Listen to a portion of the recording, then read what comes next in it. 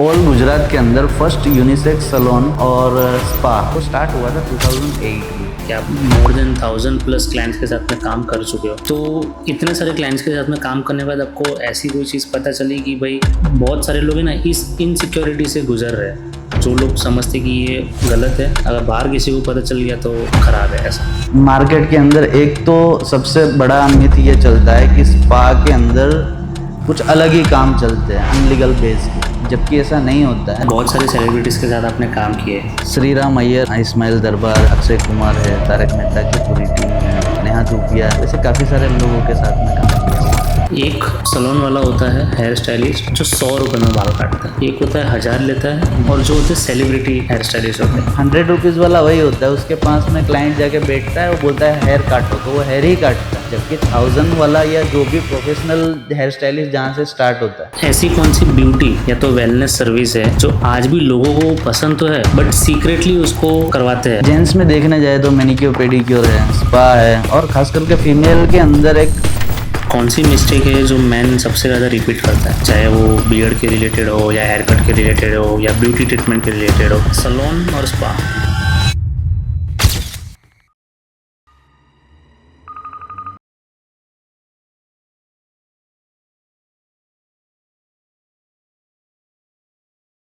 Welcome back to बातें unplugged. आज हम एक ऐसी इंडस्ट्री की बात करने हैं that is worth of billions, और हर एक सिंगल पर्सन को वो अफेक्ट करता है। फिर भी उसके अंदर बहुत सारे मिसकंसेप्ट्स है, मिसअंडरस्टैंडिंग है, सीक्रेट्स है जो हर एक पर्सन को नहीं पता होता है।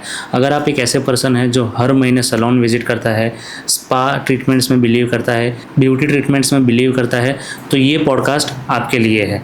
और क्या पता ये पॉडकास्ट देखने के बाद आपके बहुत सारे थिंकिंग जो है वो चेंज हो जाए। Please welcome Sawan Parmar from Shalimar salon and wellness club. Thank you. तो ऐसा सबसे बड़ा झूठ जो ब्यूटी इंडस्ट्री में है जो कस्टमर से छुपाया जाता है हर एक ब्रांड्स के द्वारा?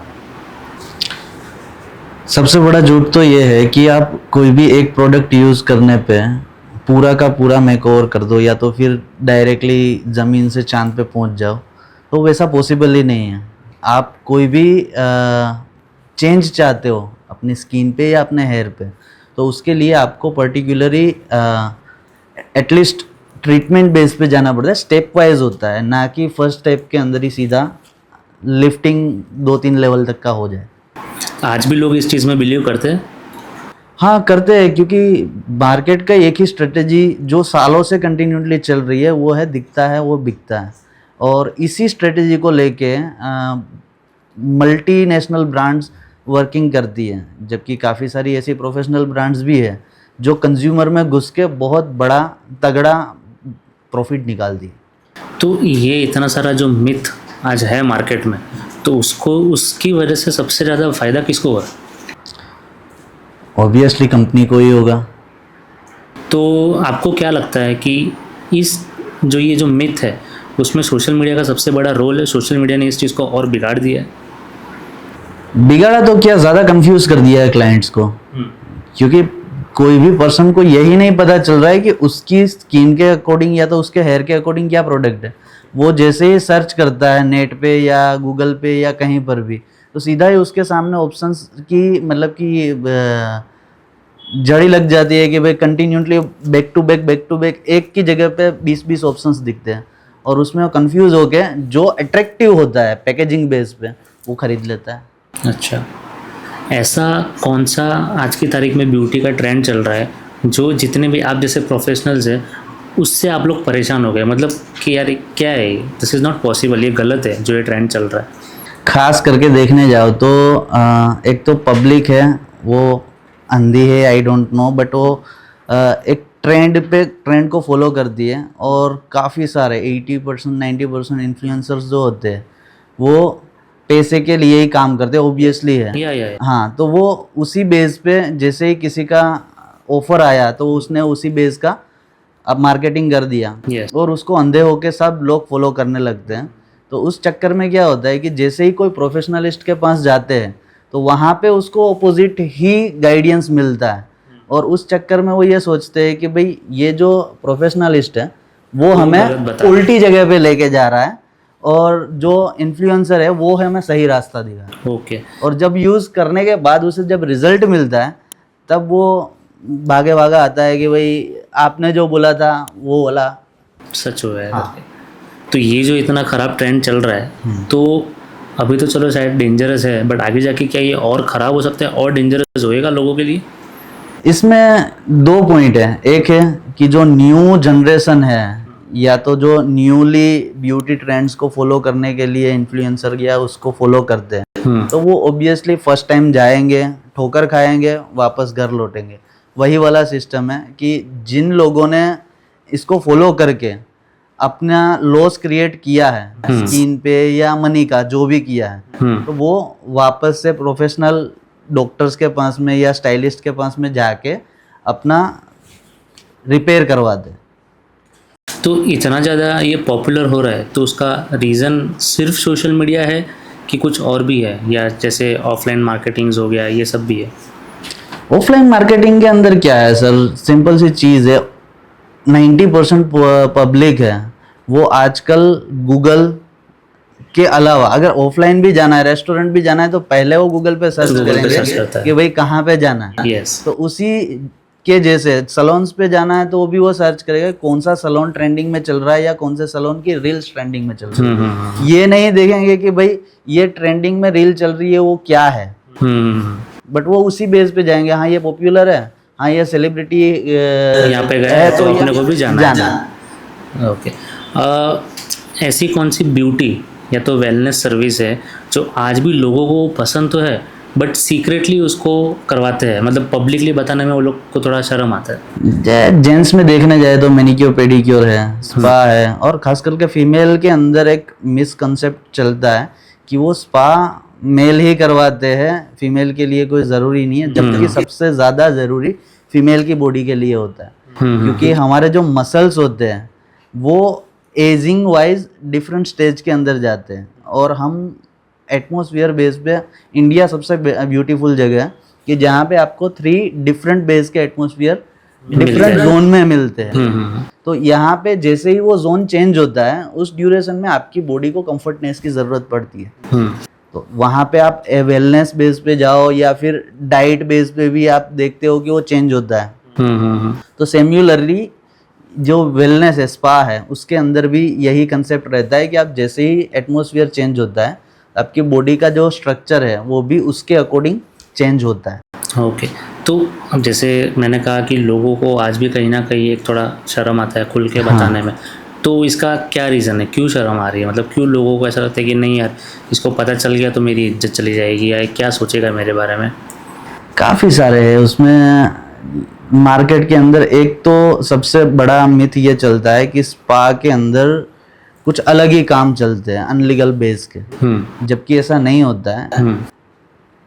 मार्केट के अंदर रेप्यूटेड स्पाज है जहाँ पे आपको प्रोफेशनल बेस पे ट्रीटमेंट दिया जाता है, और आयुर्वेदा है उसके अंदर तो काफ़ी सारा कंसेप्ट है कि जिसमें आपको बॉडी को स्ट्रक्चर बेस पे मतलब कि एक इम्पैक्टफुल रिजल्ट मिलता है, और वो फॉलो भी करते हैं। यहाँ लोकल बेस पे देखने जाए तो हम सूरत में नहीं करवाएंगे बट केरला जाके करवाएंगे, यहाँ पे नहीं करवाएंगे बट गोवा जाके या थाईलैंड जाके करवाएंगे। तो वो एक कंसेप्ट माइंड के अंदर रहता है। 40% पॉपुलेशन के अंदर 60% ऐसी है जो एजुकेटेड है, वो हाँ मार्केट में ये नहीं बोलेंगे कि मैं स्पा करवा के आया हूँ, बट वो जाते हैं। ओके। तो अगर समझो कोई जज करने वाला नहीं है आज की तारीख में, तो आपको क्या लगता है कि जितना हेयर इंडस्ट्री है यानी कि हेयर केयर इंडस्ट्री है, हेयर कटिंग और वगैरह, उससे ज़्यादा मेन स्ट्रीम ये बन जाएगा, इसमें ज़्यादा और बिजनेस जनरेट होना चालू हो जाएगा? बिजनेस के अकॉर्डिंग देखने जाओ तो सर वैसे ही वो वेलनेस इंडस्ट्री हेयर इंडस्ट्री के इंक्लूडेड लेवल पे ही चलता है, और उसको ओपनली बेस पे छोड़ भी दिया जाए मे बी कि भाई जज ही ना करे कोई और नॉर्मल बेस पे चले, तो भी उसके अंदर मतलब इंक्रीजनेस आने के चांसेस है, बहुत ज़्यादा है। मतलब वो इंडस्ट्रीज ही इतनी बड़ी है कि उसके अंदर हाइप जितना क्रिएट होगा उतना डबल ट्रिपल पे जा सकता है। ओके। आज की तारीख में पहले के मुकाबले क्या आज जितने भी मेंस है यानी कि जेंट्स है वो धीरे धीरे बहुत सीरियस होते जा रहे हैं खुद को ग्रूम रखने के लिए? हाँ। कि भाई समझते हैं कि मुझे खुद को अच्छे से वेल मेंटेन ग्रूम रखना है, तो पहले के मुकाबले अब चेंज आया है। काफ़ी सारा आया है सर। ऑल गुजरात के अंदर फर्स्ट यूनिसेक्स सैलून और स्पा जो ये कंसेप्ट है वो स्टार्ट हुआ था 2008 में फर्स्ट, ओके। मतलब एक ही था तब। और आज की डेट के अंदर देखने जाओ आप तो ऑल गुजरात के अंदर नहीं तो 1000 से ज़्यादा spa and salon base concept है, नहीं कि ओनली सैलून या ओनली स्पा। तो उस बेस पे देखने हो तो काफ़ी सारे पब्लिक वो अवेयर हुई है कि भाई हाँ ये सर्विसेज है वो हमारी लाइफस्टाइल के लिए इम्पोर्टेंट है। ओके, तो ऐसी कौन सी सर्विसेज है जो मैन धीरे धीरे चूज़ कर रहा है, मतलब उसका में अब इंक्रीमेंट दिख रहा है कि अब मैन ज़्यादा इसके प्रीफर करते हैं इस चीज़ को, इस सर्विस को? एक तो पहले 0% अवेयरनेस थी ब्यूटी के रिगार्डिंग, फेशियल्स हो गया, मैनिक्योर पेडिक्योर हो गया।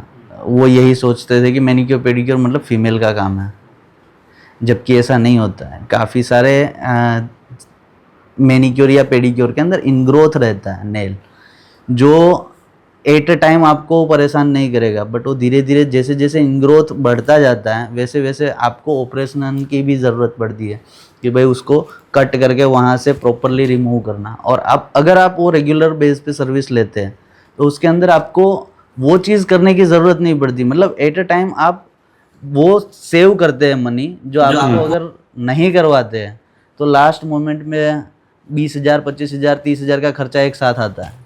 ओके। हाँ, और यहाँ पे 700-800 रुपये में वो आपको सेव करवाता रहता है। ओके। और हेल्थ भी, हाइजीन है तो हेल्थ तो वेल बहुत जरूरी है। रहेगी।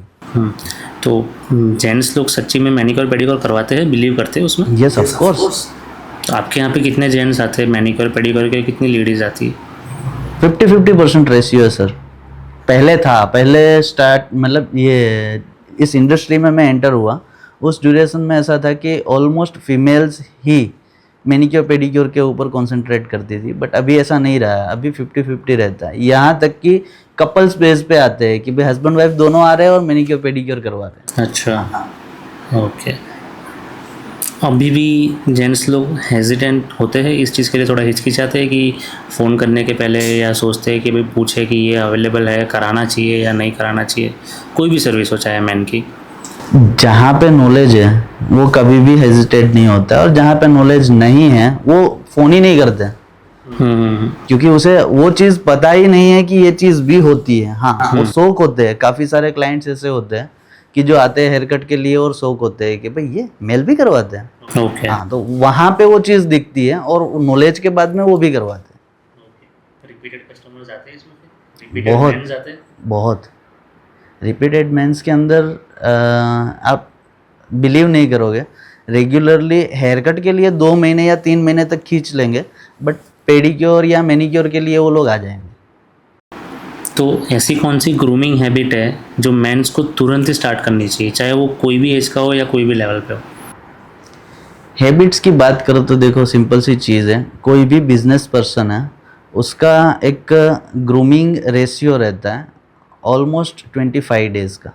मतलब आपने एक बार ग्रूमिंग करवाया तो उसके बाद में 25 डेज के अंदर दूसरा ग्रूमिंग लेना है, चाहे हेयर कट हो, फेशियल हो, या फिर मैनिक्योर पेडिक्योर हो, या मसाज हो, जो भी हो। हाँ, तो उसके अंदर ये ड्यूरेशन इसलिए रहता है कि हमारा जो बॉडी का साइकिल रहता है वो 20 to 23 डेज के अंदर डिटॉक्स क्रिएट करता है। ओके। जैसे स्किन में हो गया तो डेड स्किन वो क्रिएट करके छोड़ देगा, तो आपको रिमूव करने की ज़रूरत पड़ेगी ही पड़ेगी। आप जैसे बाथ में वो रिमूव होता है 20% 30%, वो अलग चीज़ है, बट उसको कंटिन्यूसली हाइजीन की ज़रूरत पड़ेगी ही पड़ेगी। और ये लाइफस्टाइल है, हाइजीन का पार्ट है, ना कि स्टाइलिंग का पार्ट है। ओके। तो कौन सी मिस्टेक है जो मैन सबसे ज़्यादा रिपीट करता है, चाहे वो बियर्ड के रिलेटेड हो, या हेयर कट के रिलेटेड हो, या ब्यूटी ट्रीटमेंट के रिलेटेड हो, या मैनिक्योर पेडिक्योर के रिलेटेड हो? काफ़ी सारे मेल्स के माइंड के अंदर ये चीज़ रहती है कि भाई फेशियल हमारे लिए नहीं है। ओके। मैनिक्योर पेडिक्योर जैसे आपने बोला था, तो वो नॉलेज ही नहीं है कि वो क्यों करवाते हैं, तो इसकी वजह से उसे लगता है कि भाई वो तो फीमेल करवाती है, उसका काम है। जैसे वैक्सिंग हो गया, आजकल आप देखो जिम में जाने वाले जितने भी मतलब ट्रेनर से लेके न्यू ज्वाइनीज है जो हेल्थ के लिए अवेयर है, तो वो लोग साथ में वैक्सिंग को भी प्रायोरिटी देते हैं कि भी उसकी बेस पे उसके जो 6 पैक्स होते हैं वो थोड़े से विजिबल ज़्यादा अच्छे से होते हैं। ओके। तुझे जितने भी जिम जाने वाले लोग हैं या जो बॉडी बिल्डर्स है, तो वो लोग तो रिपीटेडली ये सर्विसेज करवाते होंगे ग्रूमिंग की या मसाज सेशन जो है, क्योंकि बॉडी को रिलैक्स फील करवाना होता है। हाँ, मसाज के लिए उसको ज़्यादा ज़रूरत पड़ती है। रीज़न इज़ दैट कि आप मसल्स को कोई शेप देते हैं तो शेपिंग के बाद में उसे रिलैक्स मोड पे जाने की भी ज़रूरत पड़ती है। ओके। हाँ, तो जो रेगुलर बेस पे है जिम वगैरह जाते हैं तो उसका रेगुलर सेशन ये मान लीजिए वीकली या मंथली ट्राइस या ट्वाइस रहता ही है। ओके। और ऐसा कौन सा एरिया है बॉडी में जिसको सबसे ज़्यादा नेगलेक्ट करते हैं मेंस लोग सेल्फ केयर करने के लिए? लेग्स को लाइक फीट या फिर पूरा leg? Full leg. Okay. Down part जो भी है हमारा उसको हम इतना ज़्यादा प्रायोरिटी नहीं देते हैं। आप देखो जिम के अंदर भी ज़्यादातर वो बाइसेप्स और ट्राइसेप्स और उसी के ऊपर concentrate करते हैं कि भाई पैक बनाना है बट जब आपके लेग्स ही इतने प्रॉपर नहीं हो गया तब वो आप मतलब ही नहीं रहेगा। वो मीम भी आता है कि पूरी बॉडी बना ली बट लेग्स पे तो फोकस ही नहीं किया उसने। किसी की फेस को देख के आप एक्चुअली बता सकते हो कि ये स्ट्रेस से गुजर रहा है, या बॉडी को देख के बता सकते हो कि अभी ये बहुत स्ट्रेस में है? ऐसा बॉडी को देख के तो डायरेक्टली नहीं बता सकते बट हाँ बॉडी मसल्स को देख के हम इजीली बता सकते हैं कि किसी के बॉडी को हम टच करके बता सकते हैं कि इसके अंदर कितना स्ट्रेस है, कितना डिहाइड्रेशन है, क्योंकि यही ब्यूटी का मेन पार्ट यही है कि है स्किन कंडीशन है वो कैसे पता चलेगी, फील करके ही पता चलेगी कि भाई क्या एक्चुअल में इसकी स्किन कंडीशन है। ऐसे कौन से कॉमन साइंस है जिससे पता चले, इंसान को पता चल जाता है, पता चल जाना चाहिए कि अब उसकी बॉडी रिलैक्सेशन मांग रही है, या अब उसको D10 या फेशियल ट्रीटमेंट करवाना चाहिए, या अब हेयर कट उसको करवा लेना चाहिए, या हेयर का कोई ट्रीटमेंट जैसे हेयर स्पा हो गया, ये सब उसको कराना चाहिए? देखिए सर, मैं एक सिंपल सी चीज़ आपको बता रहा हूँ कि आपको ज़्यादा दिमाग खपाने की ज़रूरत ही नहीं है। जहाँ पे आपकी नेचुरल बॉडी टाइप है, बॉडी पार्ट्स है, जैसे हेयर है तो हेयर नेचुरली जो ग्रो अप हो रहे हैं और जो ग्रो हो चुके हैं ऑलरेडी, तो उन दोनों के अंदर जो डिफरेंट विजिबल होने लगे ना, तब आपको उसको मेंटेन करने की ज़रूरत है। सेम्युलर स्किन में कि स्किन में आप जो हमारा कवर पार्ट रहता है बॉडी का और जो ओपन पार्ट रहता है, उन दोनों में डिफरेंट विजिबल होने लगे तो आपको इजीली पता चल जाएगा कि कितना टेनिंग एक्चुअल में है इसमें। ओके। तो तब आपको उसकी केयरिंग की ज़रूरत है। तो ऐसे कॉमन साइंस कि जिससे अब पता चल जाए कि भाई अब बॉडी रिलैक्सेशन मांग रही है तो मुझे मसाज करवाना चाहिए, या हेड मसाज करवाना चाहिए, या शोल्डर मसाज करवाना चाहिए। मसाज के अंदर देखने जाओ ना सर, तो मेरे पास में ऐसे कितने सारे क्लाइंट्स आते हैं कि जिसकी अपनी फिजिकल यूज़ बॉडी का 0 होता है, ओके, बट मेंटल यूज़ होता है वो बहुत ज़्यादा 200% या 300% होता है। तो वो मतलब आपको दोनों बेस पे देखना होता है कि आपकी बॉडी का फिजिकल यूज़ कितना हो रहा है और माइंड का यूज़ कितना हो रहा है। अगर माइंड का यूज़ भी ज़्यादा होगा, कोई भी फुल बॉडी का पार्ट का कोई भी यूज़ ज़्यादा होगा, तो उसको रिलैक्सेशन की ज़रूरत पड़ती ही है। तो रेगुलरली वेलनेस ट्रीटमेंट कराने से हेल्प मिलता है? मतलब रेगुलरली का डेफिनेशन क्या हो गया? महीने में एक बार, 3 महीने में एक बार, 6 महीने में एक बार, क्या रहता है? मतलब रेगुलरली तो सेम्युलर आप इजीली फॉलोअप ले सकते हैं मंथली। हाँ, मंथली बेस पे केयर कीजिए अपनी मंथ का एटलीस्ट 2 आवर्स 3 आवर्स आप अपनी सेल्फ के लिए केयरिंग में बिताइए। That's all. उससे ज़्यादा करने की कोई ज़रूरत ही नहीं, और बाकी होम केयर करते रहिए। आपने बहुत सारे क्लाइंट्स के साथ में काम किया, आपने मेरे को बताया कि आप मोर देन 1000+ क्लाइंट्स के साथ में काम कर चुके हो।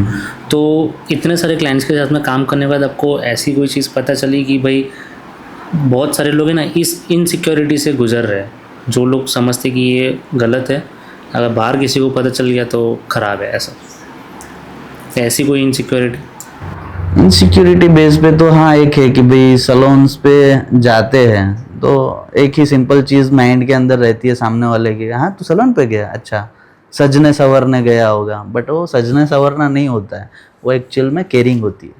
कि ये दोनों चीज़ें जो आप बोले कि तो मैन और वुमन दोनों को इक्वली इफेक्ट करता है। 100%। वुमेन्स भी ज़्यादा सैलून पे रहती है तो आसपास वाले तुरंत ही बोलते हैं कि भाई इतना भी क्या मतलब की है आपको कि सैलून्स के अंदर ही पड़े रहते हो। बाहर के लोग तो बात की बात है, घर के ही बोलते हैं, हस्बैंड ही बोलता है कि भाई तू क्या कर रही थी 4-4 घंटे तक उधर। बट वो सेल्फ केयर होता है, वो खुद के साथ टाइम स्पेंड करने का एक जरिया है। पिछले 10 सालों में कितना चेंज आ गया इस चीज़ों में? बहुत ज़्यादा। यहाँ तक कि उस टाइम पे जो इंडस्ट्री थी वो अप्रोक्सली 200-300 करोड़ के आसपास की होगी और अभी ये 3,000, 4,000, 5,000 करोड़ के आसपास की आ रहा है। सीरियसली इतना ज़्यादा चेंज? यानी कि मॉडर्नाइजेशन आ रहा है? मॉडर्नाइजेशन नहीं, प्रोफेशनलिज्म आ रहा है। ओके। हाँ, मॉडर्नाइजेशन तो किसे बोलते हैं कि जो कभी किया ही नहीं और सडनली कर रहा है, बट वो कर तो रहे थे, बट उसमें अवेयरनेस की वजह से वो अपना लेवल अप कर रहे। पहले जो छोटे सैलून्स के अंदर या ब्यूटी पार्लर्स के अंदर जो चीज़ कर रहे थे वो अभी अपग्रेडेड बेस पे जाके नॉलेज वाले लोगों से करवा रहे हैं। अभी जैसे कि मेरा एक क्वेश्चन है कि एक सैलून वाला होता है हेयर स्टाइलिस्ट जो 100 रुपये में बाल काटता है, एक होता है 1000 लेता है और जो होते हैं सेलिब्रिटी हेयर स्टाइलिस्ट होते हैं। तो तीनों में ऐसा तो क्या डिफरेंस है कि वो 1000 ले रहा है और वो लाखों रुपए ले रहा है? जो 1000 ले रहा है या 100 रुपये ले रहा है, 100 रुपये ले रहा है, उसका डेफिनेशन में देता हूँ कि वो अपना काम कर रहा है, उसको ये चीज़ पता नहीं होती कि वो क्या कर रहा है। जैसे एक लेबर को गिन लो कि वो ईंट उठा के अपना मतलब कि स्ट्रक्चर जो तैयार करना है उसके ऊपर वो रख देगा, बट उसे पता नहीं होता है कि एक्चुअल में क्या बन रहा है। उसे खाली गाइड किया जाता है कि तुम्हें ये चीज़ें करनी है। सेम्युलर 100 रुपीज़ वाला वही होता है, उसके पास में क्लाइंट जाके बैठता है, वो बोलता है हेयर काटो, तो वो हेयर ही काटता है। उसे ये नहीं पता है कि एक्चुअल में क्या कर रहा है। जबकि 1000 वाला या जो भी प्रोफेशनल हेयर स्टाइलिस्ट जहाँ से स्टार्ट होता है उसे ये चीज़ भी पता होती है कि मैं किसके ऊपर काम कर रहा हूँ, उसका प्रोफेशन क्या है, उस प्रोफेशन के अकॉर्डिंग क्या हेयर स्टाइल होता है, और वो जो पर्सन आया है उस पर्सन को कहीं पर भी अपना रिप्रेजेंट करना है, ब्रांड को करना है, खुद को करना है, तो वो कैसा दिखना है परफेक्टली कर सकता है। फेस पे सूट हो रहा है कि नहीं हो रहा है, परफेक्टली कर सकता है। ओके। और जो आप बोल रहे हैं लाखों रुपए वाला, तो आप एक सिंपल सा एग्जांपल देता हूँ। आपने मुकेश अंबानी को आज से 10 साल पहले जो देखा था, जो हेयर स्टाइल में देखा था या जो स्किन बेस पे देखा था, आज भी वही है। उसके अंदर इम्प्रूवमेंट आया है, ना कि डिक्रीमेंट। ओके। तो जैसे कि पहले जो सैलून इंडस्ट्री था, एक छोटी सी दुकान थी 100 स्क्वायर फीट की। अब आज ऐसा हो गया कि 1000 स्क्वायर फीट, 2000, 5000 स्क्वायर फीट की दुकानें बन रही है, एकदम लग्जरियस बन रहा है। तो ये जो चेंज आया, तो ये अच्छा है या बुरा है, या किस तरीके का चेंज होना चाहिए कि जो बीच का रास्ता रहे? देखिए, पहले क्या था कि सैलून को एक ही चीज़ पे देखा जाता था, हेयर कट, वहाँ पे वो ख़त्म हो जाता। ब्यूटी पार्लर को वहाँ तक देखा जाता था कि वो आपके बाल निकालने वाले हैं, मतलब वैक्सिंग वगैरह हो गया या मैनिक्योर पेडिक्योर हो गया या फेशियल हो गया। जबकि अभी इतना एजुकेशन आया है इस फील्ड के अंदर कि आपको एक ही शॉप पे, मतलब एक ही जगह पे हेयर, स्किन, मेकअप, नेल, उसके साथ में आपकी wellness based, it means not only spa, wellness है, लाइफस्टाइल है। ओके। हाँ, तो लाइफस्टाइल को पूरा मेंटेन किया जाता है, वो एक जगह पे किया जाता है। That's called unisex salon and spa. Okay. तो ये कैटेगरी है। वो आप देखते होंगे कि भाई सूरत के अंदर भी स्टार्टिंग की थी ऑलमोस्ट हेड मास्टर ने, कि भाई उसने पूरा ब्लास्ट कर दिया था, प्रीमियम बना दिया था। आज उस कैटेगरी के नहीं तो भी 20 सैलून ऑलरेडी है आराम से। तो जैसे कि आपको आज इतना साल हो गया, तो आपकी मोस्ट सेलिंग सर्विस कौन सी? हमारी मोस्ट सेलिंग सर्विस के अंदर देखने जाओ तो सर, हेयर है वो 35 to 40% है, सेम्युलर वेलनेस है, और बाकी का जो बचता है 30% का वो रहता है अपना ब्यूटी का रहता है।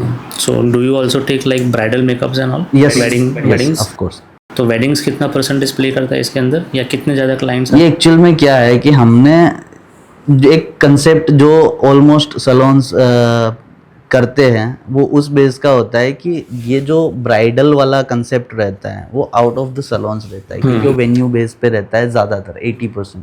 20% ही होता है जो सलोन पे आके रेडी होते हैं, और काफ़ी सारे मतलब कि फंक्शंस ही ऐसे होते हैं कि जो आउट ऑफ सिटीज़ होते हैं। यस यस, उसका जो डेस्टिनेशन हो गया। और सेकंड चीज़ कि उसका टाइमिंग भी फिक्स नहीं होता है, कभी 5 बजे होता है सुबह रेडी करना, कभी रात को 2:30 बजे होता है, तो उसका कुछ फिक्स बेस नहीं होता है। तो वो जो कंसेप्ट है उसके अंदर ये काउंट हम ऑलमोस्ट नहीं करते। अच्छा। हाँ, क्योंकि उसकी टीम भी डिफरेंट रहती है और वर्किंग पैटर्न भी डिफरेंट रहता है।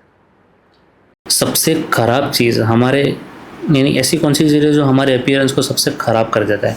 स्ट्रेस है, पुअर स्लीप है, या पुअर लाइफस्टाइल है? सबसे ज़्यादा इम्पेक्ट करता है पुअर लाइफस्टाइल। ओके। हाँ, स्लीप हमारी बॉडी एडजस्ट इजीली कर लेती है। स्ट्रेस है तो वो कब जाके इम्पेक्ट करता है, जब लाइफस्टाइल पूरी आपकी डिस्टर्ब हो जाए। ओके। अगर आपकी लाइफस्टाइल रेगुलर बेस पे चल रही है और स्ट्रेस है, तो हर किसी को होता है स्ट्रेस। आजकल 99% लोगों को स्ट्रेस होता ही है। Yes yes. बट वो लाइफस्टाइल की वजह से एडजस्ट इजीली हो जाता है। जब लाइफस्टाइल बिगड़ती है, स्ट्रेस की वजह से बिगड़ती है या स्लीपिंग की वजह से बिगड़ती है, तब जाके वो बॉडी के ऊपर इम्पैक्ट करना स्टार्ट करता है। ओके। और बेसिक स्किन केयर आपके हिसाब से क्या, कि समझो अगर सैलून में भी नहीं जाना है, छोटी दुकान में भी नहीं जाना है, बड़ी दुकान में भी नहीं जाना है, बट बेसिक स्किन केयर है कि अगर इतना भी कर लिया ना तो आपकी स्किन एटलीस्ट जितनी है उतनी मेंटेन तो रहेगी?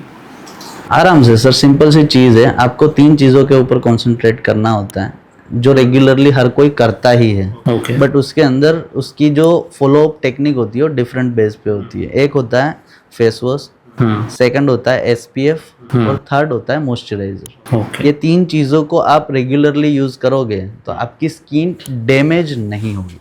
ओके, समझ गए। तो आजकल तो बहुत सारे फेस वॉश आते हैं, मेंथोल वाला ने, फ्लेवर वाला ने, तो क्या लगता है फेस वॉश फिर अभी लेवे कौन सा? इतने सारे स्किन केयर ब्रांड है तो किस पे भरोसा करें? इसके लिए आपके पास 2 ऑप्शन है।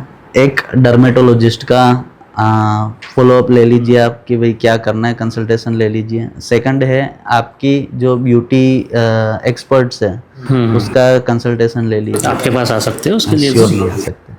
अब इतने सारे जो एसपीएफ आ गए, आप बता रहे हो एसपीएफ 50+ है, 70+ है, 120+ भी आई गेस शायद आता है, मेरे को नहीं पता। तो ये इन तीनों का क्या डिफरेंस, लाइक क्यों हमें कौन सी जगह पे सिलेक्ट करना चाहिए? ये डिपेंड रहता है आप कितना टाइम स्पेंड करते हो सनलाइट्स के अंदर, और सनलाइट्स में नहीं भी करते हो। ये सबसे बड़ा मिथ है कि आप बाहर नहीं जा रहे हो और सनस्क्रीन नहीं लगा रहे हो। अच्छा।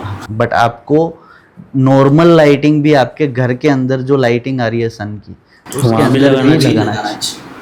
तो मतलब वहाँ उस टाइम पे लगाने से क्या फ़ायदा? सन से तो मेरा एक्सपोजर हो नहीं रहा ना। हाँ, तो डायरेक्ट नहीं हो रहा, इनडायरेक्ट तो हो ही रहा है। कैसे मतलब? सनलाइट है तो वो लाइट, ओनली लाइट आ रही होती तो हर जगह पे तो फिर मतलब ही नहीं होता कि हमें उसकी केयरिंग करने की जरूरत है। ओके। बट उसके साथ में जो यूवी रेज आ रही है, वो रेज है वो ये नहीं कि छांव है तो वहाँ पे रुक जाएगी वो। अच्छा। वो हर जगह पे फैलती है। ओके। जितने भी सक्सेसफुल पीपल होते हैं, या एक टाइम के बाद जब वो लोग सक्सेसफुल हो जाते हैं तो वो लोग वेलनेस, ब्यूटी, इन सब में बहुत ज़्यादा इन्वेस्ट करते हैं, मतलब खुद के ऊपर बहुत ध्यान रखते हैं। क्यों ऐसा? रीज़न इज़ दैट कि जितना ध्यान उन लोगों को बिजनेस पे रखना होता था उस ड्यूरेशन में, मतलब कि वो एक पीरियड होता है जब उसे सडनली माइंड के अंदर वन टाइप ऑफ बल्ब जलता है कि भाई बिजनेस तो कर ही रहे हैं, बट साथ में अगर जब हम अपने खुद को रिप्रेजेंट कर रहे हैं और उस बेस पे देखते हैं कि दूसरे जो भी हैं वो खुद को रिप्रेजेंट बहुत अच्छे से कर रहे हैं, बातों में भी हो गया, ग्रूमिंग में भी हो गया, तो जब तक आप अपने खुद की लाइफस्टाइल को या खुद को अपग्रेड नहीं करोगे तब तक आपको सोसाइटी वो इजीली एक्सेप्ट नहीं करेगी कि भाई ये बिलियनर ही है या क्या है। Okay. तो आपको क्या लगता है इंस्टाग्राम ने लोगों को और ब्यूटीफुल बना दिया है या इनसिक्योर बना दिया? बेस ऑफ देखने जाओ तो फिल्टर्स वगैरह ने अनसिक्योर बना दिया है। ओके। हाँ, और बाकी ये भी है कि उससे थोड़ा अवेयरनेस की ओर भी जाते हैं, क्योंकि देखते हैं लोग, न्यू जनरेशन भी देखती है, हाउस वाइफ भी देखती है कि भाई ये इन्फ्लुएंसर है, वो इतनी प्रेटी लग रही है, तो मुझे भी खुद के ऊपर थोड़ा सा काम करना चाहिए। और काफ़ी सारे ऐसे हैं कि भाई घर से सीधा इन्फ्लुएंसर बन गया, मतलब घर में ऐसे खेलते खेलते वीडियो बनाते बनाते इन्फ्लुएंसर बन गए। और उन लोगों ने भी जैसे अभी आपने डिस्कस की, जैसे खुद को अपग्रेड किया। ओके। पहले वो नॉर्मल से दिखने वाले थे कि भैया क्या दिख रहा है। एग्जाम्पल के तौर पे आप देखो 20-25 साल पहले के नेहा मैडम को, नेहा कक्कर को, और अभी को देखो, तो वो खुद अपग्रेड होता ही, ऑटोमेटिकली अपग्रेडेशन आ जाता है। ओके। जैसे आपने बताया बहुत सारे सेलिब्रिटीज़ के साथ आपने काम किए, कुछ ऐसे आप अगर नाम बता सको कि इनके साथ में मैंने किया है और ऐसा एक्सपीरियंस रहा है। मैंने श्री राम अय्यर है, इस्माइल दरबार है, अक्षय कुमार है, तारक मेहता की पूरी टीम है, नेहा मैम, नेहा धूपिया है, वैसे काफ़ी सारे लोगों के साथ में काम किया हुआ है। ओके। तो इनके साथ में काम करने से लाइक कैसा फील होता है कि उनका कैसा बिहेवियर रहता है, और जो अपना एक प्लेटफॉर्म रहता है कि अपना कैसा फील होता है, अब तो भाई मैं इस लेवल तक आ गया हूँ, मतलब खुद को अलग फील करते क्या होता है? फीलिंग बेस पे देखने जाओ तो इतना, मतलब हाँ, दूसरों को बताने में थोड़ा ऐसा फील होता है कि भाई मैं सेलिब्रिटी आर्टिस्ट हूँ, बट बेस ऑफ एक्सपीरियंस में देखने जाओ तो आपको वही काम करना है जो नॉर्मल लोगों का करते हैं। उसमें ज़्यादा कुछ ऐसा स्पेशलिटी देने की ज़रूरत नहीं होती है। और हाँ, बट एक चीज़ होती है कि जो फ्रेमिंग होता है उसमें, मतलब कि आपने एक बार जो किया हुआ है उसको कंटिन्यूसली रखना पड़ता है। ये नहीं कि भाई आपने एक बार कर दिया और दूसरी बार चेंज करके आप दे रहे हो, वो नहीं चल रहा है उधर। Okay okay. ऐसी कौन सी एक्सपेक्टेशन है जो कोई भी पर्सन लेके सैलून में आता है पर वो रियली में वो चीज़ पॉसिबल नहीं है? कि जैसे फॉर एग्जांपल कोई आ गया, सोचता है कि आज मैंने डिटेन करवा लिया तो अब मैं पूरा गोरा हो गया, आपके हिसाब से क्या मतलब ऐसा एक्सपेक्टेशन रहता है? एक्सपेक्टेशन ऐसा लेके आते हैं कि सडनली चेंज हो जाएगा, बट सडनली कभी भी चेंज नहीं होता है। ये एक्चुअल में जैसे ही वो डैमेज क्रिएट होता है, वो धीरे धीरे क्रिएट होता है, वैसे ही उसको रिड्यूस करने का भी स्लोली बेस पे ही होता है। क्योंकि हम लाइव है, स्किन लाइव है, उसके ऊपर हम सडनली पूरी की पूरी स्किन निकाल देंगे तो सीधा ब्लड ही निकलने वाला है, और कोई ऑप्शन ही नहीं है। हाँ, तो वहाँ पे आपको थोड़ा पेशेंस रख के उसके ऊपर ट्रीटमेंट करना रहता है। कि ये नहीं कि भाई एक बार में नहीं आया, मैं हेयर स्टाइलिस्ट या ब्यूटिशियन चेंज कर दूंगी, या सैलून चेंज कर दूंगी, या डर्मेटोलॉजिस्ट चेंज कर दूंगा, तो वो चीज़ नहीं होती है। उसके लिए आपको उसको टाइम देना पड़ता है। बहुत लोग अपने हेयर स्टाइलिस्ट या ब्यूटी स्टाइलिस्ट चेंज करते ही रहते हैं हर 2 महीने 6 महीने, तो आपके हिसाब से क्या एक ही रखना चाहिए या कैसा होना चाहिए? देखिए, वो चेंज करते हैं, उसका मीनिंग ये है कि वो खुद के लिए थोड़े ज़्यादा ही पॉजिटिव है। उसको जो चाहिए होता है उसमें 0%, मतलब भी थोड़ा डिफरेंट रहा तो भी वो तुरंत ही दौड़ के दूसरे के पास चले जाएंगे। बट जो एक परफेक्ट ह्यूमन होता है उसका ऐसा होता है कि भाई आप जहाँ पर जाओ आपको बोलने की ज़रूरत ना पड़े। आप गए, बैठे, हेयर कट करना है, वो हेयर कट करके दे दिए। सामने वाले को इतना नॉलेज हो कि भाई इसको एक्चुअल में क्या चाहिए होता है, और उसको वहाँ पे जाके रिपीटेड करने की ज़रूरत नहीं पड़ती। जबकि आप हर बार चेंज करोगे तो हर बार आपको रिपीट करना पड़ेगा कि क्या चाहिए, बार बार समझाना पड़ेगा, फिर सेटिस्फेक्शन नहीं आएगा। ऐसा कौन सा ब्यूटी ओपिनियन है जो आपको लगता है कि ये गलत है, और अगर आप उस चीज़ को बाहर निकालो तो पूरा इंडस्ट्री गुस्सा हो सकता है या बैकलैश आ सकता है, ये लगता है कि ये गलत हो रहा है ऐसा? हाँ है, सबसे बड़ा जो मिथ मार्केट के अंदर और ब्यूटी इंडस्ट्री में देते हैं कि भाई आप हेयर ऑयल डालो, हेयर ऑयल से हेयर बढ़ते हैं। काफ़ी सारे इन्फ्लुएंसर भी घुसे हैं कि भैया ये आयुर्वेदा यूज़ करो या ये करो वो करो जिससे बाल आते हैं। नहीं होता है, कुछ भी नहीं होता है। एक्चुअल में जो चीज़ आपकी बॉडी के अंदर होती है, आप बॉडी के अंदर जो न्यूट्रिशन डालोगे वही न्यूट्रिशन बाहर आता है। और हेयर है वो वन टाइप ऑफ डिटॉक्स है।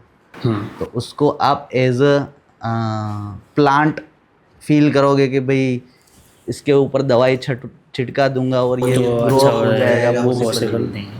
मतलब अंदर से भी खुद को प्योर रखना बहुत ज़रूरी है। जितने भी अट्रैक्टिव लोग हैं जो अच्छे दिखते हैं उनको सोसाइटी में अलग ट्रीट किया जाता है, तो आपकी इसके ऊपर क्या राय है?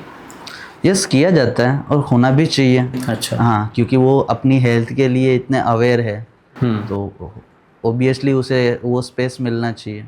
और जो अवेयर है, जिसे खुद की ही नहीं पड़ी, तो फिर दूसरे क्यों उसे इतना स्पेस देंगे कि उसको पड़ी है मतलब। ओके, ब्यूटी इंडस्ट्री जो है वो कॉन्फिडेंस क्रिएट कर रही है या इनसिक्योरिटी क्रिएट कर रही है? नॉलेजेबल पर्सन के लिए वो कॉन्फिडेंट क्रिएट कर रही है, और अननॉलेजेबल और मतलब लेक नॉलेजेबल जो रहते हैं उसके लिए वो कंफ्यूजन और डिस्ट्रॉयनेस ही क्रिएट करती है। अगर आज ये पॉडकास्ट जितने भी लोग देख रहे हैं, इंडिया में जितने भी लोग हैं, उनके लिए अगर एक ब्यूटी और वेलनेस लेसन देना हो आपके एंड से, तो आप क्या देना चाहोगे?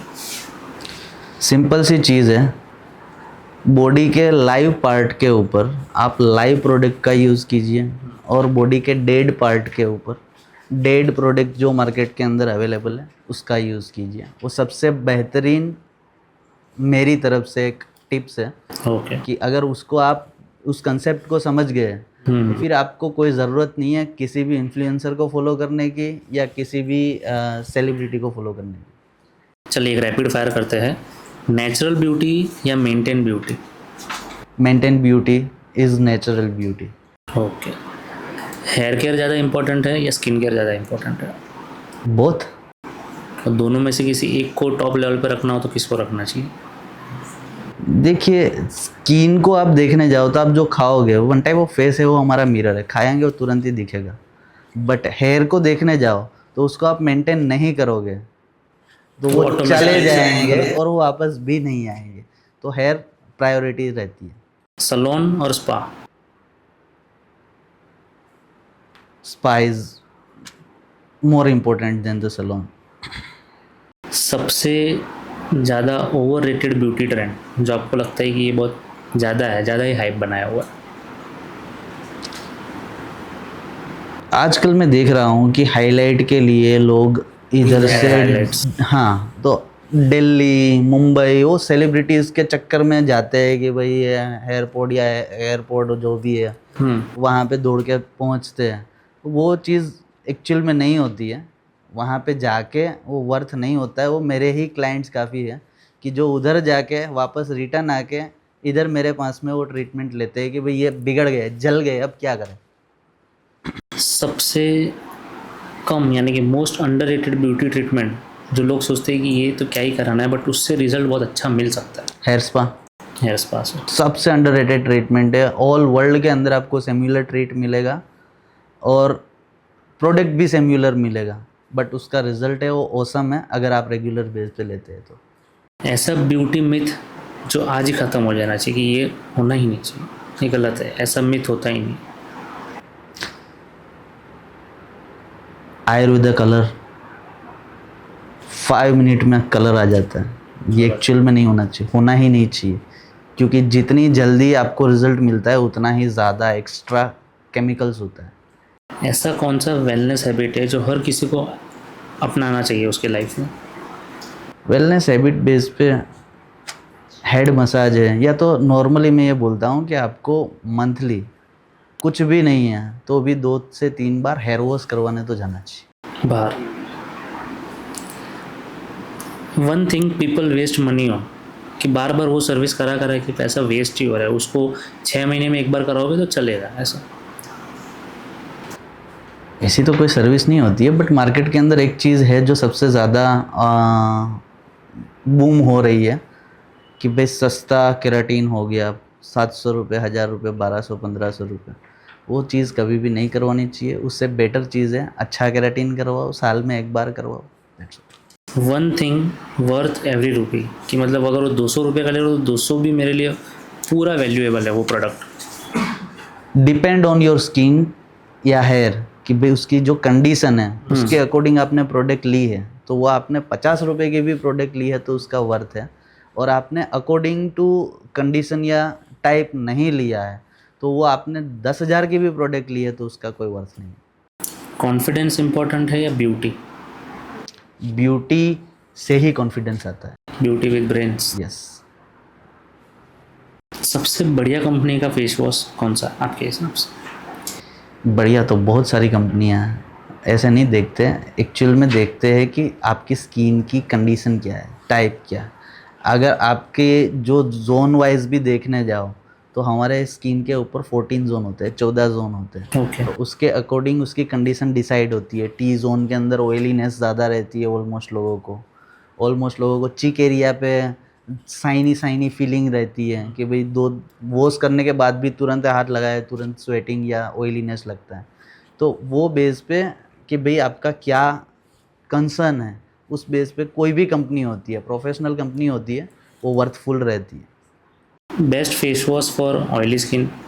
ऑयली स्किन के बेस पे अगर हम देखने जाएँ तो कोई ब्रांड को हम रिफ़र नहीं करते कभी भी, बट हाँ सिलिसिलिक एसिड बेस जो फेस वॉश रहता है वो उसके लिए बेस्ट रहता है। नॉर्मल और ड्राई के लिए? नॉर्मल के लिए देखने जाओ तो विटामिन सी बेस जो फेस वॉश रहते हैं वो नॉर्मल स्किन के लिए बेस्ट रहते हैं। और ड्राई के लिए हाइलोरोनिक जो बेस फेस वॉश रहते हैं वो बेस्ट है। ओके। और शैम्पू में कौन सा बढ़िया रहता है आपके हिसाब से? शैम्पू के अंदर देखने जाओ तो सर काफ़ी सारी ब्रांड्स हैं, बट उसके अंदर भी आप फॉर्मली कोई भी कंपनी में जाते हो प्रोफेशनल बेस पे तो ड्राई स्कैल्प होता है, हेयर रेयर होते हैं क्योंकि रूट्स बेस पे हमेशा जो सीबम होता है वो एक्टिव ही होता है, वहाँ पे ऑयलीनेस क्रिएट हो ही जाती है।